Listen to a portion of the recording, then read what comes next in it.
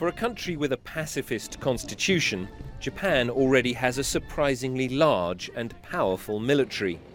But these tanks are not much use if you're fighting over a bunch of tiny, isolated islands far from the mainland. And so Japan is going on a shopping spree, buying new ships and aircraft.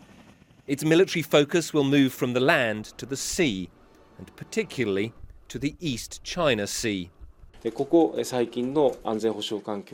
Taking into consideration the case of North Korean missiles or the tension in the East China Sea, we believe that the safety and security environment is changing and Japan needs to resolve the issue head-on.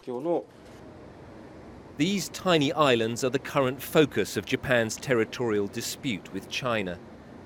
If China ever tries to take them by force, Japan's government says it must be ready and able to take them back.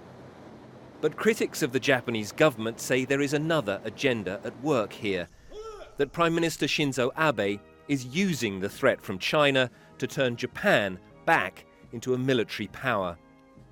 Many are concerned that it's just a nice way of getting the change he desires.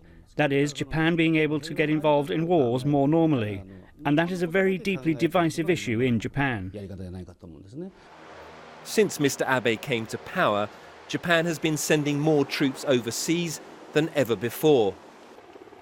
These are some of the 1,000 sent to the Philippines last month to help with disaster relief. Most Japanese have no problem with their soldiers helping neighbours in distress.